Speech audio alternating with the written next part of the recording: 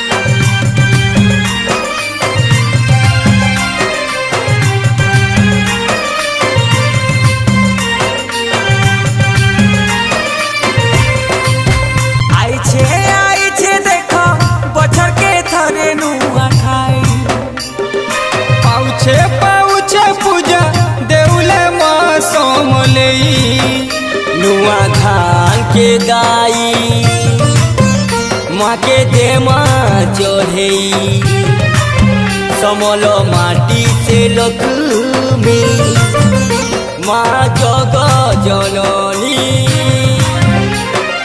दादा भाई मिसी मना माँ सहो आम नुआ खाई